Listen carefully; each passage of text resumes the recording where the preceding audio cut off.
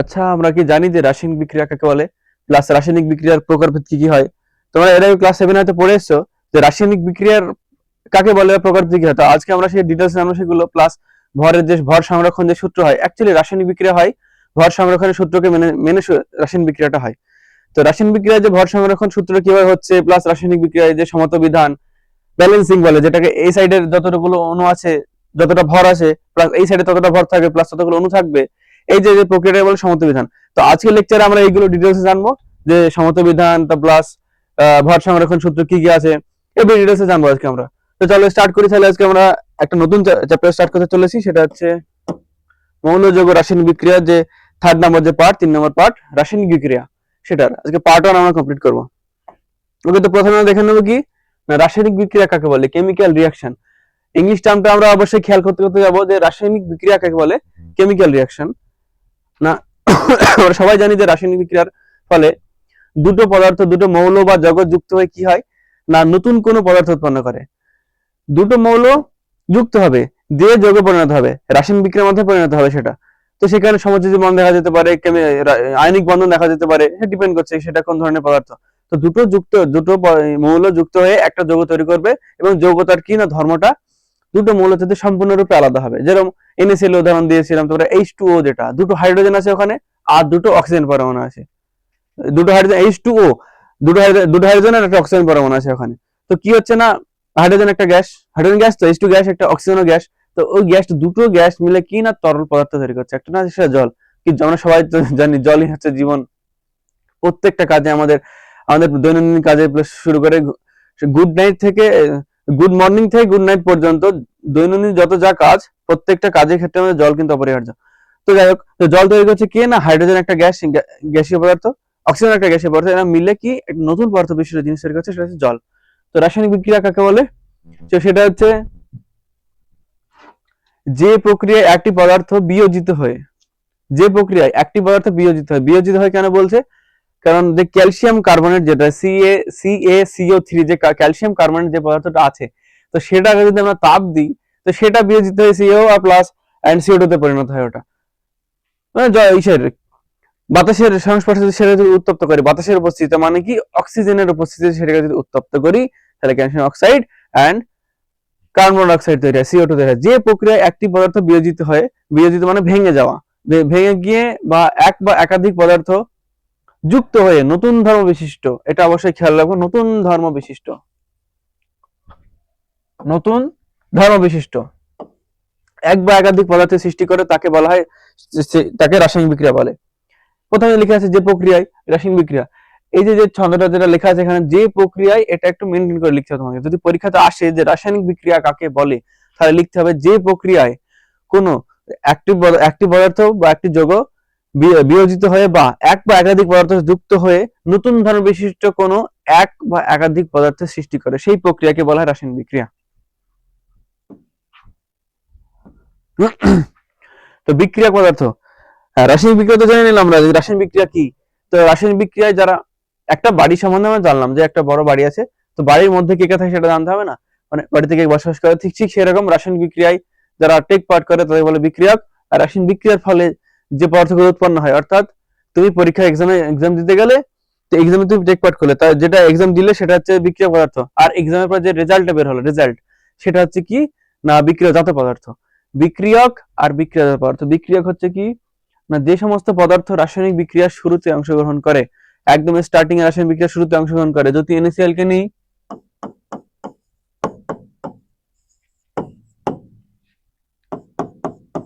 NaCl,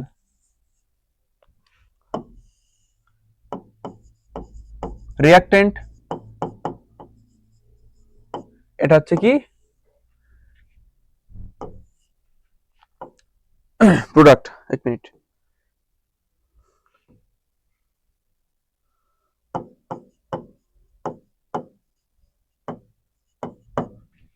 যে সমস্ত পদার্থ রাসায়নিক বিক্রিয়ার শুরুতে অংশগ্রহণ করে এবং পরিবর্তিত হয় নতুন পদার্থ, নতুন, বারবার এটা খেয়াল রাখবেন, নতুন পদার্থ রাসায়নিক বিক্রিয়ার ফলে সবসময় কি না নতুন পদার্থ উৎপন্ন, সবসময় পদার্থ তৈরি করে তাদেরকে বিক্রিয়া পদার্থ বলে বা রিঅ্যাকট্যান্ট বলে। ইংলিশে আমরা খেয়াল রাখবো রিঅ্যাকট্যান্ট। অনেক জায়গায় দেখতে হবে যে পরীক্ষাতে বা টেস্ট পেপারে বিশেষ করে আর সিবিএসসি স্টুডেন্টের জন্য তো সব ইংলিশে। তো আমাদের যারা ওয়েস্ট বেঙ্গল স্টুডেন্ট, তো তাদের বিভিন্ন পরীক্ষাতে থাকে অনেক সময় রিঅ্যাক্টেন্ট কাকে বলে। দেখা যাচ্ছে রিঅ্যাক্টেন্ট চলে এলো, আমরা বুঝতে পারলাম না কি। তো বিক্রিয়ক সেম জিনিস, রিঅ্যাক্টেন্ট বিক্রিয়ক যে ইংলিশ টার্ম সেটা হচ্ছে রিঅ্যাক্টেন্ট। তো এগুলো রাসায়নিক বিক্রিয়ার সমীকরণ বা পাশে লেখা হয়। হ্যাঁ, এটা হচ্ছে সেই চিট কোড বলে না, যে কোনো পরীক্ষার চিট কোড।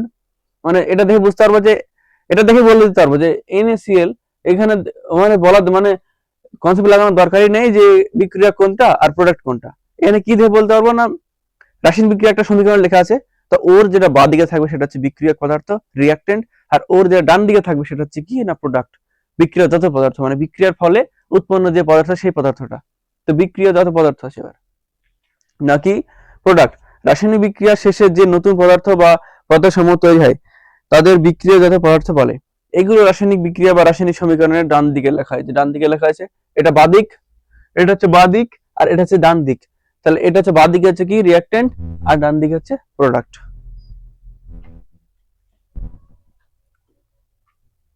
রাসায়নিক বিক্রিয়ার ফলে বিক্রিয়ক পদার্থগুলির আন্তঃআণবিক পরিবর্তন ঘটে। আন্তঃআণবিক পরিবর্তন আগের চ্যাপ্টারে বলে এসেছি যে রাসায়নিক বিক্রিয়ার ফলে আন্তঃআণবিক পরিবর্তন কিভাবে ঘটে, সেটা এই আন্তঃআণবিক পরিবর্তন হয়। তো সেটা কিভাবে হয় সেটা দেখো এখানে। না, কার্বন ডাইঅক্সাইড তৈরি করছে আমরা, ধরো কার্বন,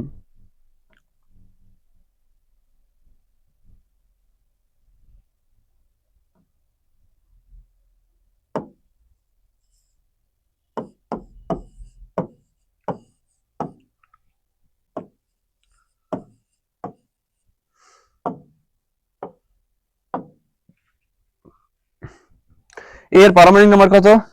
6। অক্সিজেনের পারমাণবিক নম্বর কত? 8। আর CO2 এটা গ্যাস তৈরি হয়। এভাবে পারমাণবিক সংখ্যা বা পারমাণবিক ক্রমাঙ্কে লেখা হবে না। এর ভর হচ্ছে 40 গ্রাম। মাস নাম্বার। কার্বনের 6টা প্রোটন আছে, আর অক্সিজেনের কটা আছে? 8টা।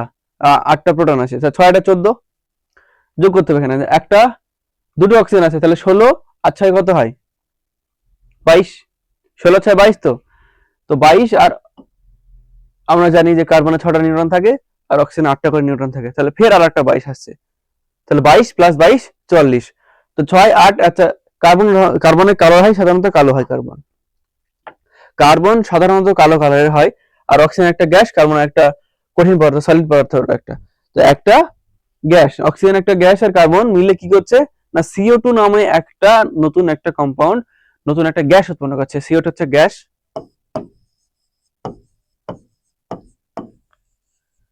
আমরা দেখবো যে, দেখবো না, দেখি যে সাধারণত যখন রাস্তার ধারে দেখতে হবে, দেখবে যে রাস্তার ধারে কোনো কিছু জ্বালানো হচ্ছে, তো সেখান থেকে কালো কালো রঙের ধোঁয়া উঠছে। তো কেন ধোঁয়া উঠছে ওখানে? না ওখানে হ্যাঁ, আরেকটা কথা বলি যে পৃথিবীর প্রত্যেকটা পদার্থতে, প্রত্যেকটা চেয়ার টেবিল গাছপালা নদী নালা আমাদের শরীর, মেজরিটি মানে সবচেয়ে বেশিরভাগ পোর্শন দেখা যাচ্ছে সেখানে 50% বা 60% বা তারও বেশি পোর্শন কি না কার্বন দ্বারা গঠিত। কার্বন প্রত্যেকটা যৌগতে, প্রত্যেকটা মৌলতে, প্রত্যেকটা কম্পাউন্ডে, শরীরের বাড়ি ঘর বাড়ি প্রত্যেকটা জিনিসে কার্বন আছে। তাই তুমি যেই জিনিসকে পোড়াও না কেন সেখানে কার্বন আছে। আর তুমি যদি এখন সোডিয়াম মেটালকে পড়ে যাচ্ছ সেটা আলাদা ব্যাপার, খালি সোডিয়ামে আছে, ওখানে কার্বন নেই। এরম এরম জিনিস কথা বলছি যেখানে সাধারণ ব্যাপারটা বলছি, যেখানে 90% ক্ষেত্রে কার্বনের ভাগটা আছে মেজরিটি ভাগ সেখানে। তো তাই আমরা যে কোনো জিনিসকে চালাই না কেন, যে কোনো জিনিসকে বায়ুর উপস্থিতি অর্থাৎ বায়ুতে বাতাসে পোড়ায় না কেন, না সেখানে কি হবে না ওখানে যে কার্বনটা আছে সেই কার্বনটা অক্সিজেনের সাথে বিক্রিয়া করবে, দিয়ে CO2 নামে একটা গ্যাস উৎপন্ন করে। কালো রঙের যে ধোঁয়াটা উৎপন্ন হয় সেটা হচ্ছে কার্বন ডাইঅক্সাইড গ্যাস। আর কার্বনকে পোড়ালে দেখবে এটা কালো কালো হয়ে যায়। এটা কার্বনকে যখন আমরা বাতাসের উপস্থিতিতে পোড়াবো, অক্সিজেনের উপস্থিতিতে পোড়াবো, তখন সেটা কালো হয়ে যায়। তাই সাধারণত প্লাস্টিকের ক্যারি ব্যাগ পরানোর পরে দেখবে কালো রঙের একটা দ্রবণ টাইপের একটা চটচটে একটা পদার্থ পড়ে থাকে প্লাস্টিক পরানোর পর। না ওটা কি থাকে জানো? ওটা হচ্ছে কার্বন পড়ে থাকে, না পোড়া কার্বন পড়ে থাকে ওটা। তো কার্বন কি হচ্ছে না, কার্বন আর অক্সিজেন বিক্রিয়া করার পর একটা গ্যাস উৎপন্ন হচ্ছে যে কার্বন ডাই অক্সাইড, যেটা গ্লোবাল ওয়ার্মিং, অর্থাৎ পৃথিবী যে বিশ্ব উষ্ণায়ন হচ্ছে, যে পৃথিবীর তাপমাত্রা তো বেড়ে যাচ্ছে, বেড়ে যাচ্ছে। তো এর যে প্রায় 1.5 বা 1 ডিগ্রির কাছাকাছি প্রায় প্রত্যেক বছর উষ্ণতা বাড়ছে পৃথিবীর, এর কাছাকাছি বলা যেতে পারে। ফলে তোমার কি হচ্ছে না মেরুপ্রদেশে বরফ গলে যাচ্ছে। তো এই যে কার্বন ডাই অক্সাইড যে গ্লোবাল ওয়ার্মিং এর জন্য যে গ্যাসটা দায়ী সেটা হচ্ছে বেড়ে যাচ্ছে, সেটা তৈরি হচ্ছে গ্লোবাল ওয়ার্মিং বাড়ার যে গ্যাসটা CO2 সেটা তৈরি হচ্ছে কোন রিঅ্যাকশনের মাধ্যমে? না কার্বন আর অক্সিজেন বিক্রিয়া করার ফলে CO2 উৎপন্ন হচ্ছে। এর না হালকা তাপ লাগে, টেম্পারেচার। আমরা একটু পরে দেখবো যে কোনো বিক্রিয়া, যে কোনো বিক্রিয়ায় যে দিলাম আর স্টার্ট হয়ে গেল, এদিকে জাস্ট কম্পাউন্ড করে দিচ্ছি আর বিক্রিয়া হয়ে গেল, এরকম হয় না। তো বিক্রিয়ার জন্য কিছু প্রভাবক লাগে। প্রভাবক মানে যারা বিক্রিয়াকে ঘটতে সাহায্য করে। আসছি পরে। তো এই CO2 যে গ্যাসটা, কার্বনের যে ধর্ম, অক্সিজেনের ধর্ম, অক্সিজেন তোমাদের শ্বাস প্রশ্বাস নিতে সাহায্য করে, কিন্তু কার্বন ডাইঅক্সাইড তার উল্টো। যদি কার্বন ডাইঅক্সাইড, আমরা কি করি, আমরা যারা জীব আছে, যারা যে কোনো কিছু, ছাগল, গরু, মানুষ, হাঁস, মুরগি, সবকিছু যারা জীব, অর্থাৎ যাদের জীবন আছে যারা, তো তারা কি করে, তারা করে কি না, পরিবেশ থেকে অক্সিজেন গ্রহণ করছে আর কার্বন ডাইঅক্সাইড ত্যাগ করছে।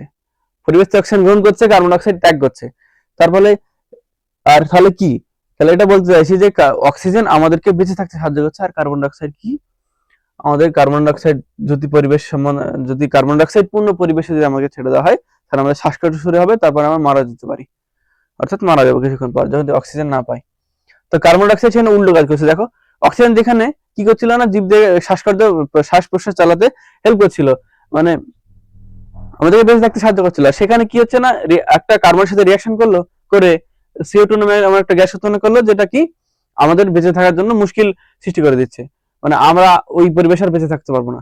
সেটা হচ্ছে, তাহলে কি হচ্ছে, নতুন একটা ধর্মবিশিষ্ট গ্যাস তৈরি হচ্ছে, এবং আন্তঃআণবিক পরিবর্তন হচ্ছে কি না, কার্বন আর অক্সিজেন বন্ড ফর্মেশন করে CO2 গ্যাস তৈরি করছে। এখানে যেখানে অক্সিজেন বন্ড ছিল, এই ধরনের যে বন্ডটা ছিল এখানে, ডবল বন্ড থাকে, এই বন্ড ফর্মেশন পরবর্তীতে আছে। খালি এখন দেখে নাও যে ডবল বন্ডটা এখানে ছিল, ডবল বন্ড যেটা ছিল,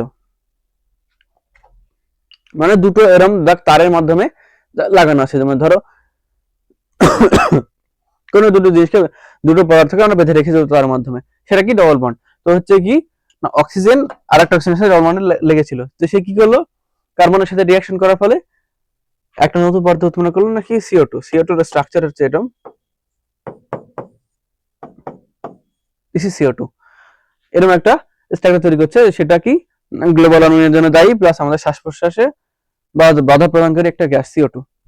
রাসায়নিক বিক্রিয়ার ফলে যে বিক্রিয়া পদার্থগুলির আন্তঃআণবিক পরিবর্তন ঘটে। তাহলে এটা বোঝা গেল, আমরা এটা বুঝতে পারলাম যে আন্তঃআণবিক পরিবর্তন কি হচ্ছে। নেক্সট স্লাইডে যাই তাহলে। রাসায়নিক বিক্রিয়ার প্রকারভেদ। আচ্ছা, রাসায়নিক বিক্রিয়ার যে প্রকারভেদ আছে, তোমরা ক্লাস 7 এ পড়ে এসছো।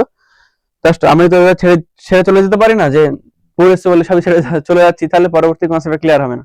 তাই আমরা কি করছি না, একবার যে পরবর্তী এই আগের যে মেমোরি গুলো, সেগুলো একবার ঝালিয়ে নিই আর একটু ভালোভাবে দেখবে, কারণ বইয়ে অত সুন্দরভাবে লেখা নেই, যে যেখানে সাজিয়ে লেখা আছে যে প্রত্যক্ষ সংযোগ বিক্রিয়া। আচ্ছা, রাসায়নিক বিক্রিয়া প্রকারভেদ গুলো একবার দেখে নিন নাকি না, প্রত্যক্ষ সংযোগ বিক্রিয়া না, প্রত্যক্ষ নামেই বুঝতে পারা যাচ্ছে, প্রত্যক্ষ মানে ডিরেক্ট হবে, মানে সামনাসামনি কোনো একটা জিনিস হলো, রিয়াকশন হয়ে গেল, প্রত্যক্ষ সংযোগ বিক্রিয়া। আর সংযোগ মানে কি, যুক্ত হয়ে যাবে জিনিসটা, সংযোগ হয়ে যাবে ওটা। আর বিয়োজন বিক্রিয়া, বিয়োজন মানে, বিয়োজন কথার অর্থ হচ্ছে কিনা বিয়োজিত হয়ে যাওয়া, বিয়োজন কথার অর্থ হচ্ছে কিনা বিয়োজিত হয়ে যাওয়া। ধরো একটা ঢিল নিলে তোমরা, তো ঢিলটাকে ভেঙে দিলে, ঢিল যে মাটির যে দলাগুলো হয়, ঢিল বলে এটাকে, আশা করছি জানো সবাই। যে ঢিলটাকে কি করলে না, হাতুড়িতে ভেঙে দিলে, তো কি হচ্ছে না, ঢিলটা এবার ছিল, ভেঙে গেল, তো বিয়োজিত হয়ে গেল সেটা। সেটা হচ্ছে ওই ধরনের বিক্রিয়া, ওই বিয়োজিত হয়ে গেল, ঢিলটা এখন বিয়োজিত হয়ে গেল। তো এই যে বিয়োজিত হলো, এই টাইপের একটা বিক্রিয়া আছে, যেখানে কি না পদার্থগুলো ভেঙে গিয়ে নতুন কোনো পদার্থ উৎপন্ন করে, নতুন ধর্ম বিশিষ্ট কোনো পদার্থ উৎপন্ন করবে, সেটা হচ্ছে কি বিয়োজন বিক্রিয়া। আর হচ্ছে বিনিময় বিক্রিয়া। বিনিময় মানে হচ্ছে তুমি কারোর সাথে তোমার কাছে ধরো আপাতত টাকা নেই, তুমি কি করলে না, তুমি কোন একটা বই বা অন্য যে কোনো কিছু, তোমার কাছে যেটা আছে সেটা তুমি আরেকজনকে দিলে এবং তার কাছ থেকে জিনিস নিলে। এই যে যে প্রক্রিয়াটা হচ্ছে, এটা বলে বিনিময় প্রক্রিয়া। মানে তুমি একটা জিনিস ওকে দেবে আর ওর কাছ থেকে একটা জিনিস তুমি নেবে, এটা হচ্ছে কি বিনিময় প্রক্রিয়া। তো রাসায়নিক বিক্রিয়া এই ধরনের ঘটনা দেখা যায়, দেখা যাচ্ছে কি না, কোন একটা কম্পাউন্ড থেকে কোন একটা কম্পাউন্ড আছে, ওই কম্পাউন্ডের মধ্যেকার কোন একটা মৌল আর একটা মৌলের সাথে কি প্রতিস্থাপিত হয়ে গেল, মানে ওখান থেকে বন্ড ভেঙে ওর সাথে যুক্ত হয়ে গেল, এটা হচ্ছে বিনিময় প্রক্রিয়া। আর প্রতিস্থাপন বিক্রিয়া, এটা বলে ডট ডিসপ্লেসমেন্ট রিঅ্যাকশন। প্রতিস্থাপন মানে কি, প্রতিস্থাপন কি হবে না, তোমার কাছে একটা জিনিস ছিল, কোন একটা মূল্যবান জিনিস ছিল, সেটা কি করলো না, আরেকজন তোমার সাথে যে শক্তিশালী কোন একটা পার্সন এসে তোমার কাছে ছিনিয়ে নিল, সেই জিনিসটা তোমার কাছে, সেই জিনিসটা ছিনিয়ে নিল, পুরো জোর করে দিয়ে ছিনিয়ে নিল। এই যে যেটা হচ্ছে না কি না, ও আসলো, এসে তোমার কাছে জিনিসটা পুরো নিয়ে নিল, তুমি ফাঁকা হয়ে গেলে। আগে কি ছিল, ও ফাঁকা ছিল, আর তোমার কাছে জিনিসটা ছিল, সে এখন ওটা নিয়ে নিল, তার মানে কি তুমি এখন ফাঁকা হয়ে গেলে। এইখানে যে ঘটনাটা ঘটছে এটা হচ্ছে প্রতিস্থান বিক্রিয়া বলতে পারে। এই এই যে ঘটনাটা বলতে পারে আমাদের প্রতিস্থাপিত যে প্রক্রিয়া। তো এই টাইপের একটা রাসায়নিক বিক্রিয়া দেখা যায় যেখানে কি একটা নতুন কোন একটা মৌল এসে একটা যৌগ থেকে কোন একটা যৌগ থেকে ওই যৌগের মধ্যেকার একটা কম্পাউন্ড মৌলকে বের করে নিয়ে চলে গেল, এটা হচ্ছে প্রতিস্থাপন বিক্রিয়া। তো আমরা প্রথমে দেখে নেব যে প্রত্যক্ষ সংযোজন বিক্রিয়া, প্রত্যক্ষ সংযোগ বিক্রিয়া, কম্বিনেশন রিঅ্যাকশন। কম্বিনেশন রিঅ্যাকশন দেখে বুঝতে পারছি না কম্বিনেশন মানে কি, যোগ, প্লাস, অ্যাড। কম্বিনেশন মানে কি না যুক্ত হবে এরকম কিছু, অ্যাড। যখন দুটি বা একাধিক বিক্রিয়ক, আরেকবার বলে দিচ্ছি, দুটি দুটি লেখা আছে দেখো এখানে, নট একটি, একটি না, একটি যদি থাকে কোথাও সেটা কম্বিনেশন রিঅ্যাকশন হবে না, একটি থাকলে সেটা সবসময় বিয়োজন বিক্রিয়া হতে পারে বা বিনিময় বিক্রিয়া, বিনিময় বিক্রিয়া না, বিয়োজন বা প্রতিস্থাপন বিক্রিয়া হতে পারে। একটি, একটি হবে না এটার ক্ষেত্রে। যখন দুটি, অবশ্যই দুটি বা দুটির বেশি হতে পারে, দুটির কম হবে না, দুটো পদার্থ লাগবেই, ওখানে দুটো লাগবেই। একাধিক বিক্রিয়ক মিলিত হয়ে একটি মাত্র নতুন পদার্থ উৎপন্ন করে, তখন তাই প্রত্যক্ষ সংযোগ বিক্রিয়া বলে। এই যে এখানে লেখা আছে যে এ বি, এ একটা বিক্রিয়ক পদার্থ, এ হচ্ছে একটা বিক্রিয়ক পদার্থ, বি একটা বিক্রিয়ক পদার্থ, না যুক্ত হয়েছে কি না এবি তৈরি করেছে। না একটা উদাহরণ দিচ্ছি কি না, জলের যে উদাহরণটা ছিল, সুন্দর উদাহরণ, আমাদের আমাদের প্রত্যেক জীবনে প্রচুর একটা, সবাই জানি জলের জীবন। জলের উদাহরণটা কি না, H2, hydrogen gas plus oxygen gas যুক্ত হয়ে তৈরি করছে কি, H2O।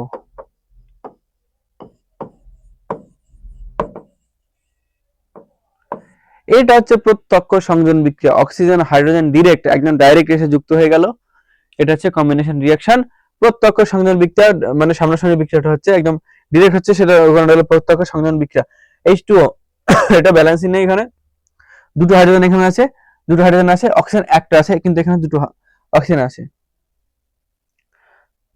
এখানে দুই দিয়ে দাও, এখানে দুই দিয়ে দাও। রাসায়নিক সমতা বিধানে আসছি একটু পরে, টপিক আছে, এই আজকে লেকচারে এটা কভার করব অবশ্যই। তো এখানে দুই দিয়ে গুণ করো, চারটে হাইড্রোজেন হয়ে গেল, প্লাস তুমি এখানে দুই দিয়ে গুণ করে দাও, চারটে হাইড্রোজেন আর দুটো অক্সিজেন হয়ে গেল, এইভাবে করতে হয় এটা। এরপরে আছে কি না বিয়োজন বিক্রিয়া, যেটাতে বিয়োজিত হয়ে যাবে, বিয়োজন বিক্রিয়া, ডিকম্পোজিশন রিঅ্যাকশন। যখন একটি যৌগ ভেঙে দুই বা তার বেশি পদার্থ উৎপন্ন করে তখন তো বিয়োজিত বিক্রিয়া বলে। একটি যৌগ এই মৌল ভাঙতে পারে না, সোডিয়াম বা ক্লোরিন এরা কিন্তু ভাঙতে পারে না ভাবে, মানে ক্লোরিন ভেঙে কি, ধরো Cl2 গ্যাস ছিল ওখানে, এরা ভেঙে কি তৈরি করবে, নতুন কিছু তৈরি করবে, Cl2 তো একটা গ্যাস, ক্লোরিন, দুটো ক্লোরিন তৈরি করলো না হয়, Cl প্লাস Cl, এখানে অবশ্যই হিট লাগবে। এই ত্রিভুজ চিহ্নটা মানে জানো তো, আমি ফার্স্ট লেকচার থেকে বলে আসছি, ত্রিভুজ চিহ্নটা মানে হচ্ছে তাপ দেওয়া হচ্ছে ওখানে, টেম্পারেচার, হিট দেওয়া হচ্ছে ওখানে, টেম্পারেচার না, ওটা হিট দেওয়া হচ্ছে ওখানে, হিট হচ্ছে এনার্জি, আর টেম্পারেচার কি না, যদি আমি হিটটাকে মাপি সেটা হচ্ছে কি টেম্পারেচার, সেটা উষ্ণতা, হিটটা যদি মাপছি সেটা টেম্পারেচার, আর হিট হচ্ছে এক ধরনের এনার্জি যেটা আদান প্রদান হয়, যেটা আমরা মানে উষ্ণ বস্তু থেকে কম উষ্ণ বস্তু, অর্থাৎ উষ্ণ বস্তু থেকে শীতল বস্তুতে প্রবাহিত হয়, সেটা হচ্ছে হিট। তো এখানে হিট দিলে সেল হয়ে যাবে, Cl2 ভেঙে।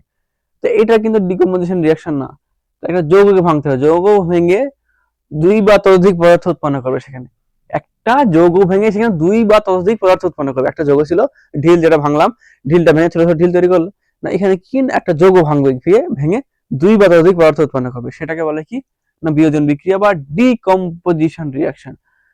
বিয়োজন কথা না চিন্তা করলে আমরা এটা চিন্তা হচ্ছে ডিকম্পোজিশন মানে দেখে মনে হচ্ছে যে কি, শুনে মনে হচ্ছে ওখানে বিয়োজন টাইপের কিছু একটা হবে, মানে ভেঙে টেঙে যাবে এরকম ব্যাপার। তো তার বেশি পদার্থ তৈরি করে তোমার এই যে এবি একটা যৌগ ছিল, এটা হচ্ছে যৌগ, কম্পাউন্ড, যৌগ ইংরেজি হচ্ছে কম্পাউন্ড দুই বা ততোধিক পদার্থ উৎপন্ন করছে বা মৌল উৎপন্ন করছে বা পদার্থ, নতুন ধর্ম বিশিষ্ট, অবশ্যই নতুন ধর্ম বিশিষ্ট হবে, এই নতুন ধর্ম বিশিষ্ট পদার্থ উৎপন্ন করছে।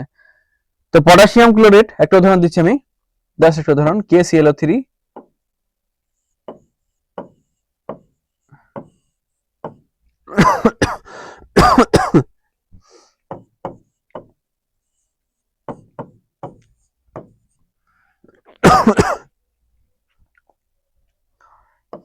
Potassium chlorate.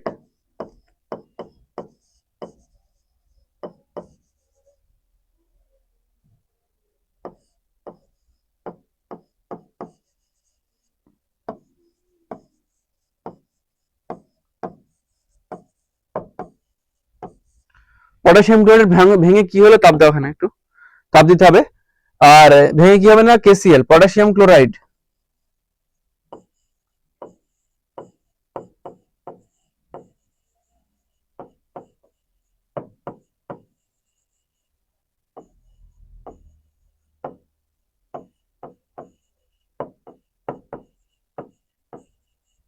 আর এটা জানি অক্সিজেন গ্যাস, এটা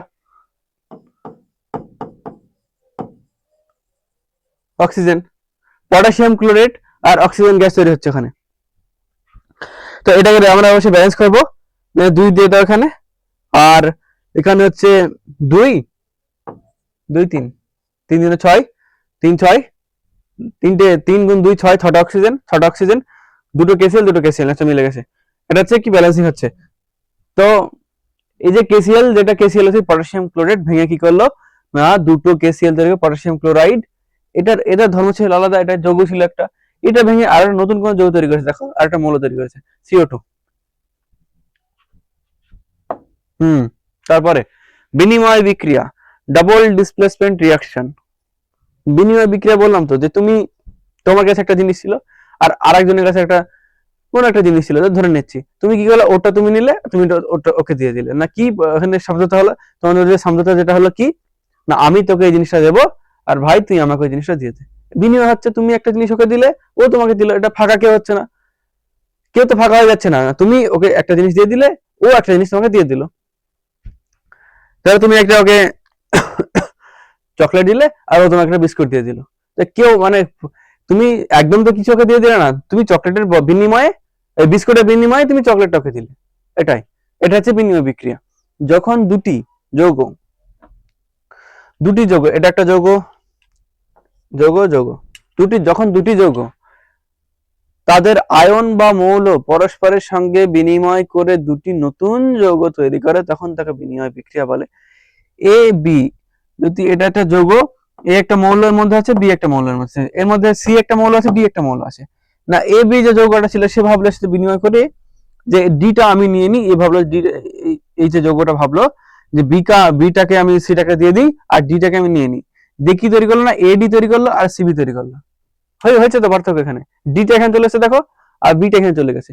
এটা হচ্ছে কি না বিনিময় বিক্রিয়া, ডাবল ডিসপ্লেসমেন্ট রিঅ্যাকশন। যে সিলভার নাইট্রেট যে যৌগটা আছে, উদাহরণটা উপরে লিখছি আমি,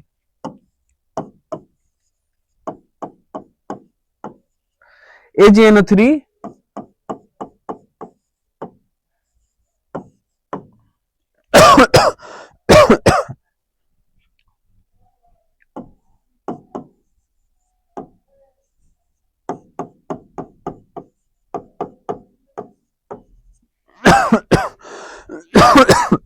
ওকে,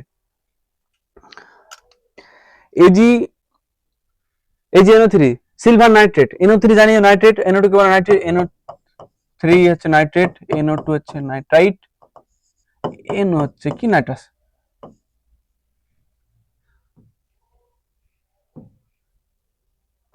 নাইট্রেট, নাইট্রাইট, নাইট্রিক।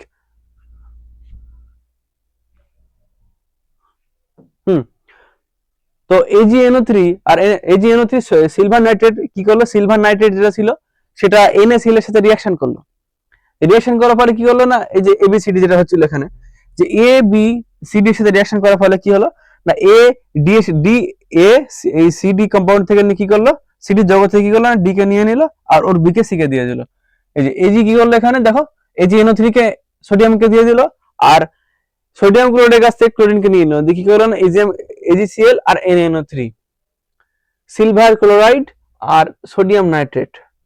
এই যে জিনিসগুলো যে সংকেত যে নাম, এটা একটু মনে রাখতে হবে তোমাদেরকে, আমি হয়তো লিখে লিখে যাচ্ছি আর তোমরা খাতায় নোট করো এবং মনে রাখো সেগুলোকে, পরবর্তীতে খুব কাজে লাগবে, পরীক্ষাতে আসতে পারে। যে দেখা যাচ্ছে একদম ডিরেক্ট দিয়ে দিয়েছে পরীক্ষাতে যে CaCO3।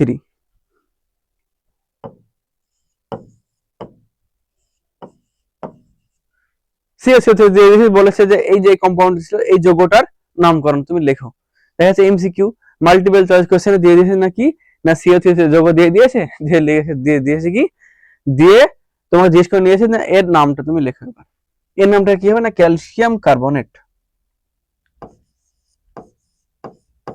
Calcium carbonate.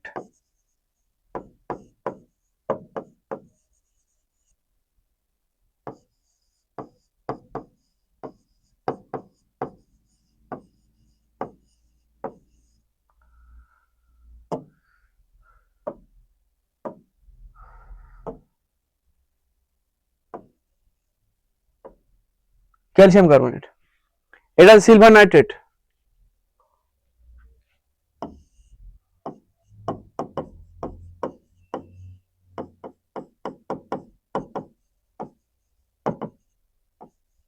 এটা সবাই চিনি আমরা, সোডিয়াম ক্লোরাইডও লিখছি না, এটা হচ্ছে কি সিলভার ক্লোরাইড।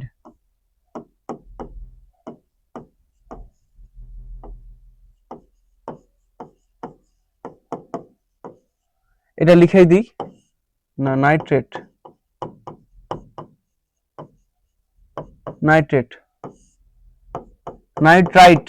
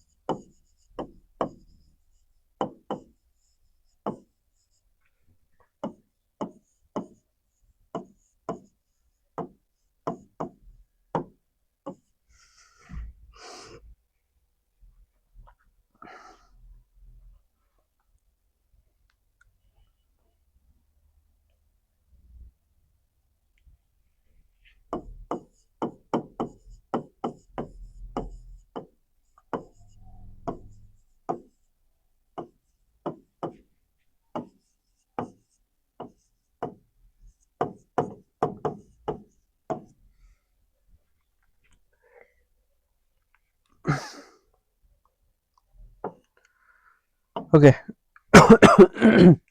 তো প্রতিস্থাপন বিক্রিয়া আমাদের যে চারটা বিক্রিয়া যে প্রকার ছিল তার মধ্যে একটা কি লাস্ট যেটা না প্রতিস্থাপন বিক্রিয়া।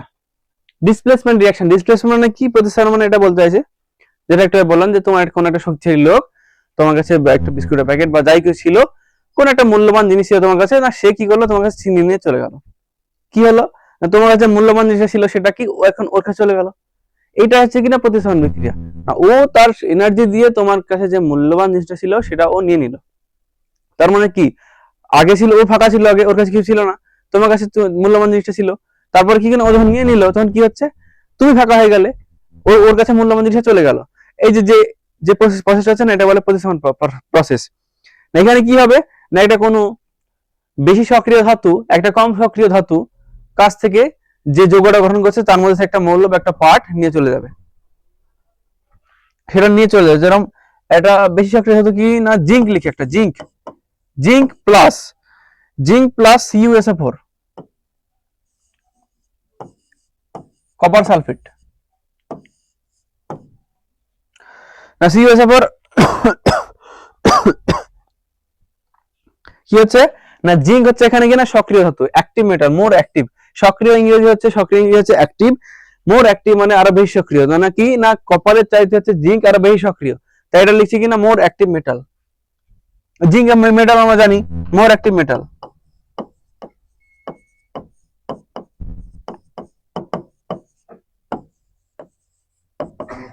মোর অ্যাক্টিভ মেটাল কি করবে না এই যে SO4 যে কম্পাউন্ড আছে, SO4 যে পার্টটা আছে মানে এই পুরো কম্পাউন্ডটার মধ্যে, এই কম্পাউন্ডের মধ্যে SO4 যে পার্টটা আছে সেটা কি না জিঙ্ক এর কাছে ছিনিয়ে চলে যাবে, ওটাই হবে না কি না তৈরি হবে কি না ZnSO4, জিঙ্ক সালফেট আর কপার এক থেকে যাবে, কপার ফাঁকা হয়ে যাবে, কপার মেটাল। এটা হচ্ছে প্রতিস্থাপন বিক্রিয়ার সংজ্ঞাটা।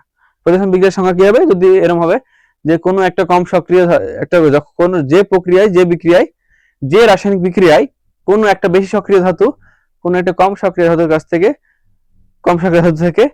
কোনো কম সক্রিয় ধাতুর যৌগ থেকে, কম সক্রিয় ধাতু যৌগ থেকে একটা পার্ট, একটা অংশকে নিয়ে প্রতিস্থাপিত করে দেয়, একটা পার্ট বা একটা অংশকে প্রতিস্থাপিত করে দেয়, সেই বিক্রিয়াকে বলা হয় কি না প্রতিস্থাপন বিক্রিয়া বা ডিসপ্লেসমেন্ট রিঅ্যাকশন। নেক্সট, রাসায়নিক বিক্রিয়ার সমতা বিধান, ব্যালেন্সিং অফ রাসায়নিক রিঅ্যাকশন। আমরা যেটা দেখছিলাম যে হ্যাঁ এটা দেখছিলাম যেটা কি না 2KClO3, প্রথমে কিন্তু 2 দিয়েছিলাম না, জাস্ট লিখেছিলাম যে পটাশিয়াম ক্লোরেট KClO3, তারপর লিখলাম কি KCl আর O2 অক্সিজেন, তারপরে কি করলাম না ব্যালেন্স করলাম না, 2 এখানে দিলাম একটা, ওখানে একটা 2 দিলাম, এখানে একটা 3 দিলাম। এই যে ব্যালেন্সিং আসছে না, এটাকে বলে রাসায়নিক বিক্রিয়ার সমতা বিধান। মানে দুই দিকের যে ভর, এদিকে যে ভরটা ছিল আর এদিকে যে ভরটা ছিল সমান, মানে গুণ করে ভাগ করে যে কোনো কিছু করে করা যেতে পারে, এটাকে এই দুই ভাগ করতে পারো। যাই হোক, আমাদেরকে রাসায়নিক বিক্রিয়ার সমতা বিধান করতে হবে না, কিছু দিয়ে গুণ করতে হবে, দিয়ে মেলাতে হবে যে এই দিকে যতগুলো পরমাণু বা অণু আছে আর এইদিকে যতগুলো অণু বা পরমাণু আছে তাদের ভর যেন সমান হয়, গুণ করে তাদের ভর যেন সমান হয়ে যায় যাতে ভর, এটাই করতে হবে। ওটাই বলে রাসায়নিক বিক্রিয়ার সমতা বিধান।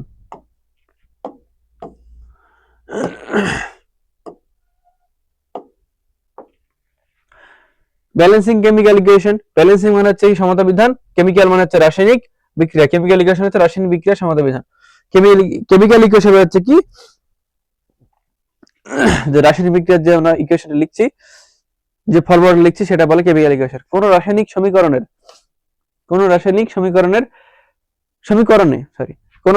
সমীকরণে বিক্রিয়কের মোট পরমাণু সংখ্যা এবং বিক্রিয়াজাত পদার্থের মোট পরমাণু সংখ্যা সমান রাখা হয়। কি বলেছে দেখো, কোন রাসায়নিক বিক্রিয়ার সমীকরণে বিক্রিয়কের মোট পরমাণু সংখ্যা এবং বিক্রিয়াজাত পদার্থের মোট পরমাণু সংখ্যা সমান রাখা হয়, একে বলে সমতা বিধান রিঅ্যাকশন। মোট পরমাণু সংখ্যা সমান কি বলছে, ধরো H2 নিচ্ছি, এইদিকে দুটো হাইড্রোজেন একটা অক্সিজেন ছিল, পরবর্তীতে দেখা যাবে যদি ভেঙে দিই দুটো হাইড্রোজেন আসবে, একটা অক্সিজেন আসবে। মোট পরমাণু যদি সংখ্যা সমান থাকে, অক্সিজেনের ভর হচ্ছে 16 গ্রাম অক্সিজেনের ভর, আর হাইড্রোজেনের ভর হচ্ছে 2 গ্রাম। তো যেটা হচ্ছে তাই কি না, অক্সিজেন ভর এখানে 16 গ্রাম, 8 16, ওখানে একটা নিউট্রন, খালি অক্সিজেন বলছি, কিন্তু অক্সিজেন মানে ও, অক্সিজেন সংকেত ও। আর যদি বল অক্সিজেন গ্যাস O2, O2 হচ্ছে অক্সিজেন গ্যাস যেটা আমরা গ্রহণ করছি নাক দিয়ে, যেটা নিঃশ্বাস নিচ্ছি, যেটাতে এই নিঃশ্বাস না, যেটাতে আমরা প্রশ্বাস নিচ্ছি, মানে যেটা ভিতরে নিচ্ছি, ইনহেল করছি, এটা হচ্ছে ইনহেল করা, এটা হলো প্রশ্বাস। তো অক্সিজেন, এটা অক্সিজেন গ্যাস নি, আর অক্সিজেন হচ্ছে খালি অক্সিজেন, এর পরমাণু ক্রমাঙ্ক হচ্ছে 8ই আছে, দুটো অক্সিজেন যুক্ত হয়ে গেছে, অক্সিজেনের পরমাণু ক্রমাঙ্ক 8ই, এখানে দুটো যুক্ত হয়ে অক্সিজেন গ্যাস তৈরি করেছে 8, এর ভর হবে 16 গ্রাম, এর ভর হবে 32 গ্রাম, কারণ এখানে দুটো অক্সিজেন আছে তাই ভর হবে 32 গ্রাম, এখানে গ্রাম হবে 16 গ্রাম 32 গ্রাম। ওকে, তো এই কারণে বলছে যে কোন রাসায়নিক সমীকরণে বিক্রিয়কের মোট পরমাণু সংখ্যা এবং বিক্রিয়জাত পদার্থের মোট পরমাণু সংখ্যা সমান রাখলে, যদি পরমাণু সংখ্যা সমান রেখে তাহলে অক্সিজেনের ভর কি কোনোদিন চেঞ্জ হবে? 8 গ্রাম, ওর ভর 16 গ্রাম 16 গ্রামই থাকবে। অক্সিজেন গ্যাসের ভর 32 গ্রাম 32 গ্রামই থাকবে। হাইড্রোজেনের ভর হচ্ছে 2 গ্রাম 2 গ্রামই থাকবে। হাইড্রোজেন গ্যাসের ভর হচ্ছে 2 গ্রাম।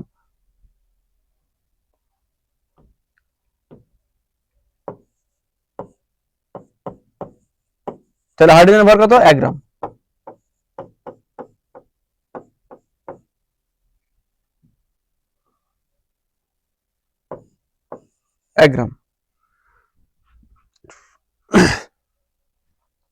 এটি ভর সংরক্ষণ সূত্রের মাধ্যমে law of conservation of mass, conservation হচ্ছে মানে সংরক্ষণ, আর মাস মানে হচ্ছে ভর।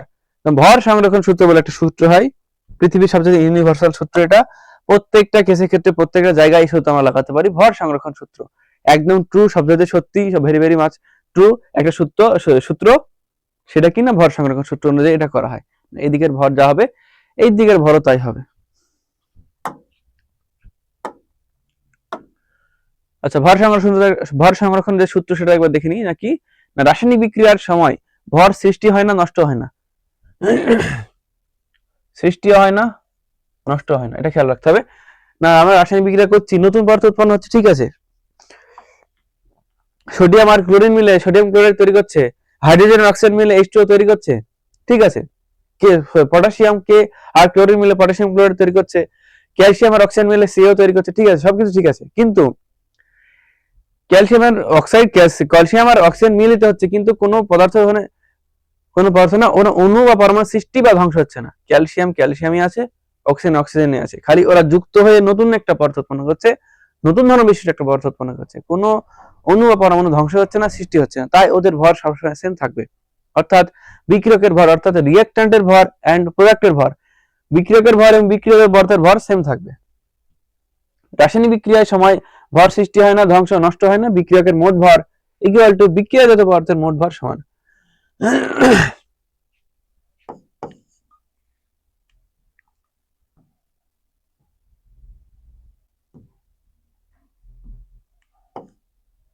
প্রোডাক্ট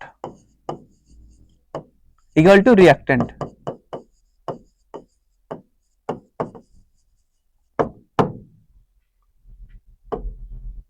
অর্থাৎ কোন রাসায়নিক বিক্রিয়ার আগে যত ভর ছিল বিক্রিয়ার পরেও ঠিক ততটাই ভর থাকবে, কারণ রাসায়নিক বিক্রিয়ায় পরমাণুগুলো শুধু পুনর্বিন্যাস হয়, কোনো পরমাণু নষ্ট হয় না, তৈরি হয় না। রাসায়নিক বিক্রিয়ার সমিত সমীকরণ, ব্যালেন্স কেমিক্যাল ইকুয়েশন, যে রাসায়নিক সমীকরণে বিক্রিয়ক পদার্থ রিঅ্যাক্ট্যান্টের, বিক্রিয়ক ও বিক্রিয়ত পদার্থ প্রোডাক্টের, যে রাসায়নিক সমীকরণে বিক্রিয়ক, রিঅ্যাক্ট্যান্ট ও বিক্রিয়াজাত পদার্থের প্রোডাক্টস পরমাণুর সংখ্যা সমান থাকে তাকে রাসায়নিক বিক্রিয়ার সহিত সমীকরণ বলে, সমিত সমীকরণ বলে। অর্থাৎ সমীকরণের দুপাশে প্রতিটি মৌলের পরমাণুর সংখ্যা সেম থাকে। তো যে রাসায়নিক সহিত সমীকরণ ছিল, যে রাসায়নিক সমিত সমীকরণ, এই ধরনের কয়েকটা উদাহরণ আমরা দেখে নেব, আর কিভাবে এই কেমিক্যালকে ব্যালেন্স করতে হয়, কেমিক্যাল ইকুয়েশন ব্যালেন্স করতে হয়, ব্যালেন্সিং যেটা দেখাচ্ছিলাম, কত দিয়ে গুণ করতে হবে কি না করতে হবে সেটা একটু দেখে নিই, কয়েকটা উদাহরণ আমরা দেখে নেব। হ্যাঁ, ওকে।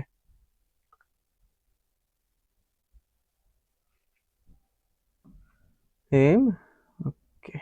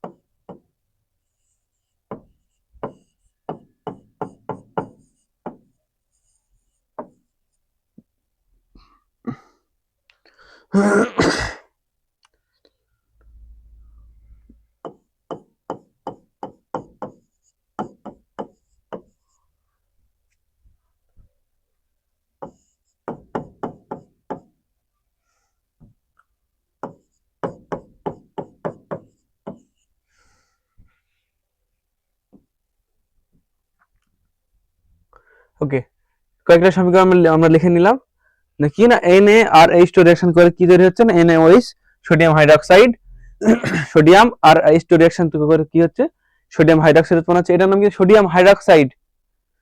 H2 সাথে রিঅ্যাকশন করে সোডিয়াম হাইড্রোক্সাইড উৎপন্ন হচ্ছে আর হাইড্রোজেন গ্যাস উৎপন্ন হচ্ছে এখানে।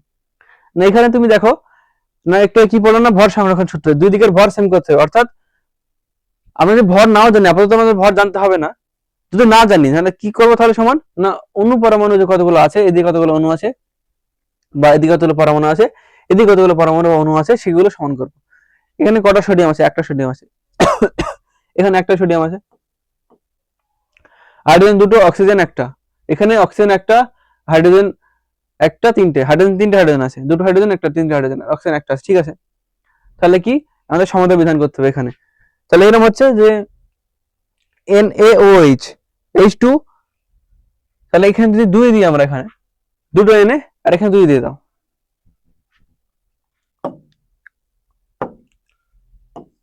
দুই দিলাম, দুই দিলে কটা Na হচ্ছে, দুটো Na হয়ে গেল, আর দুটো অক্সিজেন হয়ে গেছে, আর হাইড্রোজেন কটা হয়েছে? দুটো, দুটো তো চারটে হয়ে গেছে হাইড্রোজেন। দুটো অক্সিজেন, দুটো এখানে একটা অক্সিজেন আছে, কিন্তু এখানে দুটো অক্সিজেন হলো এই। আর হ্যাঁ, আরেকটা কথা বলি, যে এই দুই এখানে দুই দিতে পারি না কিন্তু আমরা, মাঝে কোথাও বা এইখানে এই কোনায় দিতে পারি না, বা নিচে দিতে পারি না। কেন? কারণ এটা একটা পুরোটা একটা কম্পাউন্ড, এটা একটা কম্পাউন্ড, এটা একটা মৌল, এটা মৌল, এটা যৌগ, এটা যৌগ।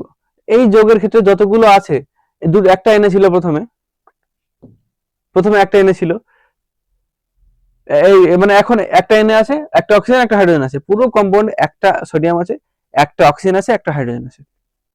তাহলে কি হবে, যে দুই যেখানে মাঝে দিয়ে দিই, তাহলে সোডিয়াম একটা থেকে যাচ্ছে, আর অক্সিজেন ওই হাইড্রোজেন দুটো হয়ে যাচ্ছে। এবার মাঝে দেওয়া যেতে পারে না, অবশ্যই আমাদের এই কোনায় দিতে হবে। এই কোনো নিচে, মাঝে, উপরে দিতে পারি না, আমাদেরকে দিতে হবে কিনা সামনে দিতে হবে। এখানে যে এই এনএ ওএইচ এই কম্পাউন্ডটার পুরো সামনে এখানে দিতে হবে। যে তাহলে যেটা আমরা দেবো পুরোটার সাথে মাল্টিপ্লাই হবে। যদি তিন দিই তাহলে তিনটা এন হয়ে যাবে, তিনটা অক্সিজেন হয়ে যাবে, তিনটা হাইড্রোজেন হয়ে যাবে। যদি এক দিই, এক তো দেওয়া আছে এখন, একটা এনএ, একটা ও, একটা হাইড্রোজেন হয়ে যাবে। যদি দুই দিই তাহলে দুটো এনএ, দুটো ওএইচ, দুটো অক্সিজেন, একটা দুটো হাইড্রোজেন হয়ে যাবে, এরকম হবে। দুই দেওয়া ছিল, দুই দিলাম, দুটো এনে হলো, দুটো অক্সিজেন, দুটো হাইড্রোজেন। তাহলে দুটো অক্সিজেন, এখানে কটা অক্সিজেন আছে? একটা অক্সিজেন আছে, দুটো হাইড্রোজেন আছে। তাহলে এখানে টোটাল এইদিকে চারটে হাইড্রোজেন হয়ে গেল। এখানে দুটো আছে, তাহলে এখানে দুই দিয়ে দাও।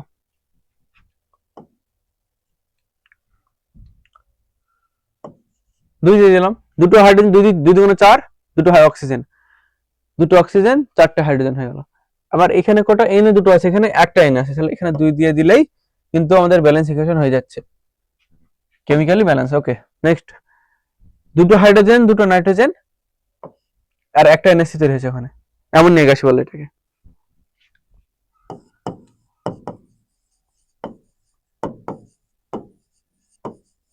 তীব্র ধারালো গন্ধযুক্ত গ্যাস অ্যামোনিয়া গ্যাস বলে এটাকে।